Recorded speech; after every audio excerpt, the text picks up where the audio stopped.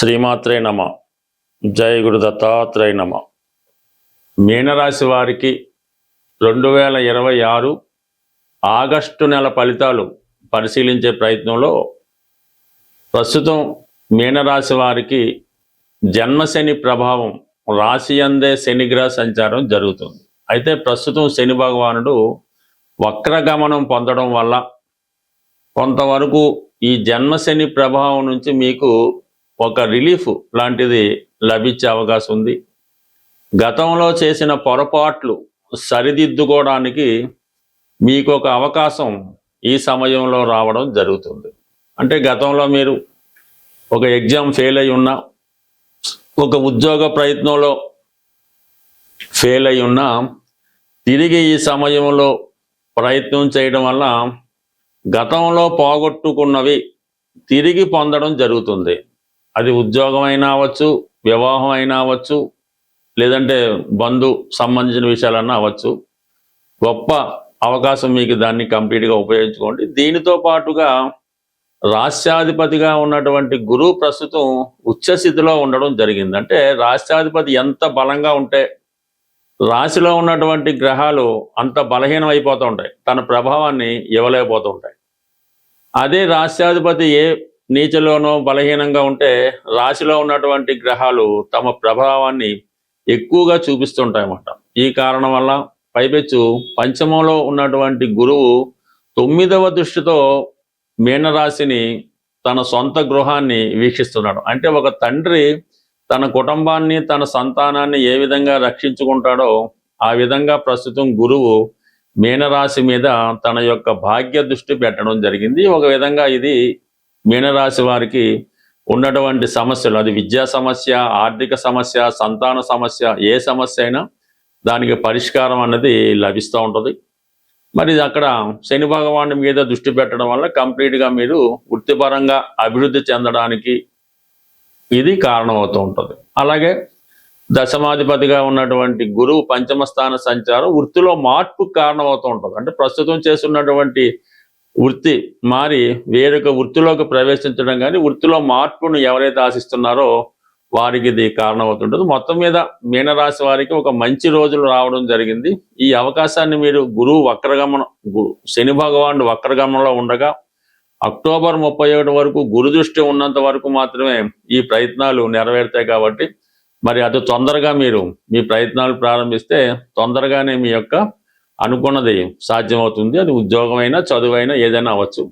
ఇక ప్రధానంగా మనకి కుజుడు ధనాధిపతిగా, భాగ్యాధిపతిగా చతుర్థ స్థాన సంచారం అనేది స్థాన చలనాన్ని కలిగించే అవకాశం ఉంది. మీరు ఈ సమయంలో ఒక సొంత ఇల్లు కొనుక్కున్న మారచ్చు, ఉపాధి అవకాశాల నిమిత్తం వేరే రాష్ట్రం కానీ, వేరే దేశం కానీ వెళ్ళే అవకాశం ఉంది. అలాగే విద్యార్థులు దూర ప్రాంతంలో విద్య కొరకు చేసే ప్రయత్నాలు కూడా చాలా వరకు ఫలించే అవకాశం ఉన్నది.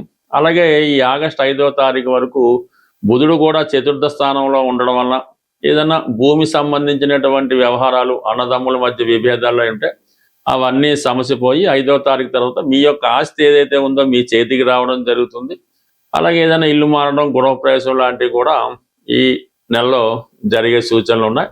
ఇక అలాగే 5వ స్థానంలో ఉన్నటువంటి ఈ బుధుడు, గురువు, అలాగే రవి కూడా పంచమ స్థానంలో సంచరిస్తున్నాడు. కాబట్టి ఏదైనా 5వ స్థానంలో ఉన్నటువంటి గ్రహాలు కంప్లీట్గా మీకు వివాహపరంగా మీరు ఎదుర్కొన్నటువంటి సమస్యలకి పరిష్కారం దొరుకుతుంది. అలాగే వివాహపరంగా మీరు చేసే ప్రయత్నాలు ఫలిస్తాయి. ఇంకా సప్తమంలో శుక్రగ్రహ సంచారం, ఇది ఒక విధంగా చెప్పాలంటే మీకు సప్తమంలో శుక్రుడు కొన్ని కొత్త పరిచయాలు ఏర్పడడం జరుగుతుంటుంది. అంటే సప్తం నీచ స్థానం అవటం వల్ల అక్కడ శుక్రుడు సంచరించడం వల్ల ఈ వివాహ విషయంలో మీరు భార్యాభర్తల మధ్య ఉన్న విభేదాలు ఆసరాగా తీసుకొని వేరొకరు మీ జీవితంలో ప్రవేశించాలనుకోవడం కానీ, అంటే మీరుగా వేరొక తోడు లేదంటే ఒక ఎఫ్ఐఆర్ని కోరుకోవడం కానీ జరిగే అవకాశం ఉంది. మీ యొక్క ఈ ప్రయత్నంలో ప్రస్తుతం మీ ఆలోచన సరళి కూడా కొంత వక్రంగా నడుస్తూ ఉంటుంది. అంటే బికాజ్ మనకి మీనరాశిలో శని వక్రగమనం పొందడం వల్ల ఇటువంటి వక్రపు ఆలోచనలతో సప్తంలో ఉన్నటువంటి నీచ శుక్రుని ప్రభావం వల్ల మీ జీవితంలోకి వేరొకరిని, అది మగవాళ్ళైతే స్త్రీని, స్త్రీలైతే మగవాళ్ళని ఆశించి మీ జీవితాన్ని నాశనం చేసుకోవడం కానీ, వారి జీవితంలో వారి చేతిలో మోసపోవడం కానీ, ఈ ప్రయత్నంలో అసలు పోగొట్టుకోవడం, వచ్చింది పోగొట్టుకున్నట్టుగా మారే అవకాశం ఉంది. కాబట్టి సాధ్యమైనంత వరకు అటువంటి వలలో కానీ అటువంటి వ్యామోహానికి కానీ ఎట్టి పరిస్థితుల్లో గురి కావద్దు. బట్ ఏదైనా ఒక ఫేస్బుక్ ద్వారానో లేదంటే ఏదైనా ఒక వాట్సాప్ ద్వారానో పరిచయం వాళ్ళని నమ్మి మోసపోవడం జరిగే సూచనలు అయినాయి. కాబట్టి పరిచయం లేని వారితో ఎట్టి పరిస్థితుల్లో కూడా మీరు ఈ సమయంలో నమ్మి మోసపోవడం జరగద్దు. అలాగే వివాహం పేరుతో కూడా మీరు మోసపోయే అవకాశం ఉంటుంది. కాబట్టి సాధ్యమైనంత వరకు కొత్త పరిచయాలు లేకుండా జాగ్రత్త పడండి. బట్ ఏదైనా రాశిలో ఉన్నటువంటి శని భగవానుడు మన ఏదో విధంగా తప్పు చేసే ప్రయత్నం జరుగుతూ ఉంటుంది, వక్ర మార్గంలో నడిపించే ప్రయత్నం చేస్తుంటాడు. కాబట్టి ప్రతిరోజు వీలైతే ఏదైనా శివాలయాన్ని దర్శించి ఏదైనా ఒక మంచి గురువు ద్వారా మీరు ఉపదేశం పొంది ఒక మంత్రాన్ని రిపీట్గా చదవడం వల్ల మీలో ఉన్నటువంటి నెగిటివ్ ఎనర్జీ తగ్గి పాజిటివ్ ఎనర్జీ తగ్గే అవకాశం ఉంది. కాబట్టి ప్రస్తుతం మీరు ఒక మంచి గురువుని ఆశ్రయించడం వల్ల మీ సమస్యలకి ఖచ్చితమైన పరిష్కారం దొరుకుతుంది. మనం ఈ మాస ఫలితాలు, ఈ గోచార రీత్యా వచ్చే మాస ఫలితాలు గ్రహాలు పెట్టే వాళ్ళు కాదు, మనం కట్ చేసుకుందాం. ఏదైనా మనకి గోచార రీత్యా వచ్చే సమస్యలు మనం ఈ పరిహారాల ద్వారా కంప్లీట్గా వాటిని పరిష్కరించుకునే మార్గాలు చాలా వరకు మనకి ఋషులు చెప్పడం జరిగింది. అంటే మనకి ఇప్పుడు ఏలినాటి శని వచ్చింది, అది ఖచ్చితంగా ఆ ప్రభావం అనుభవించాలంటే అది ఖచ్చితంగా అయితే కాదు, మన చర్యల ద్వారా మన క్రియల ద్వారా మన ఆత్మబలంతో ఇటువంటి ఏలినాటి శని అవచ్చు, అష్టమ శని అవచ్చు, ప్రతిదాన్ని కూడా మనం మనకి అనుకూలంగా మార్చుకోవడానికి అనేక ప్రయత్నాలు మనకి పెద్దవారు చెప్పడం జరిగింది. అయితే ప్రస్తుతం మనం ఈ ఆగస్టు నెల మాస ఫలితాల్లో ప్రధానంగా ఈ శుక్రగ్రహం నీచపడి వీక్ అయి ఉండడం వల్ల మరి శుక్రుడి యొక్క ప్రధాన కారణం ఏంటంటే అది ఫైనాన్స్ సంబంధించిన విషయాలు. అంటే ఒక మనిషి జీవితంలో గొప్పగా బతకాలన్నా, మంచి బట్టలు ధరించాలన్నా, మంచి భోజనం తినాలన్నా, మంచి వివాహం ఉండాలన్నా శుక్రగ్రహ అనుగ్రహం తప్పనిసరిగా ఉంటుంది. ఎవరి జన్మ జాతకంలో అయినా సరే శుక్రుడు ఎంత బలంగా ఉంటే వారి జీవితం అంత వైభోగంగా అంత ఆనందంగా రావడం జరుగుతూ ఉంటుంది.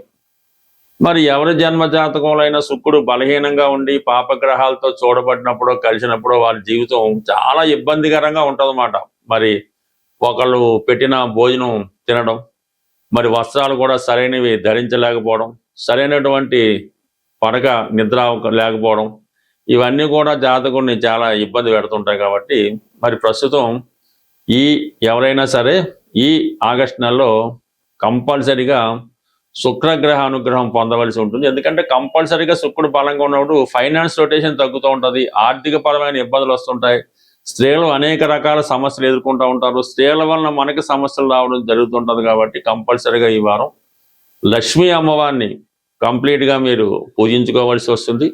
అదృష్టవశాత్తు మనకి ఈ శ్రావణ మాసం కూడా ఈ నెల ఆగస్టు 13 నుంచి ఈ శ్రావణ మాసం ప్రారంభం అవడం జరుగుతుంది. అందుకన్నా వీలైతే ఈ శ్రావణ మాసం మొత్తం మీరు ప్రతిరోజు కూడా మనం ఎలాగైతే కార్తీక మాసం ఉంటామో ఈ శ్రావణ మాసం కూడా అంత నియమంగా ఉంటూ, అలాగే కొన్ని బలహీనతల్ని విడిచిపెట్టి ప్రతినిత్యం లక్ష్మీ అమ్మవారి ఆలయానికి దర్శించుకోవడం, శ్రీ సూక్తం, లక్ష్మీ స్తోత్రం లాంటివి పారాయణ చేసుకుంటూ మీ కుటుంబంలో ఉన్నటువంటి స్త్రీలని గౌరవించడం, ఈ విధంగా చేయడం వల్ల కంప్లీట్గా మీకు శుక్రగ్రహ అనుగ్రహం లభిస్తుంది. ఈ నెలలో వచ్చే ఆగస్టు 21వ తారీఖున వచ్చే వరలక్ష్మి వ్రతం అన్నది ఎంత ఇబ్బందుల్లో ఉన్నా, ఎంత ఐశ్వర్యంతో ఉన్నా మీ స్థాయికి తగ్గట్టుగా ఈ వరలక్ష్మి వ్రతాన్ని మీరు పూజ చేసుకోవడం వల్ల విధి విధానంగా, అంటే ఎవరి ఆచారం వారికి ఉంటుంది,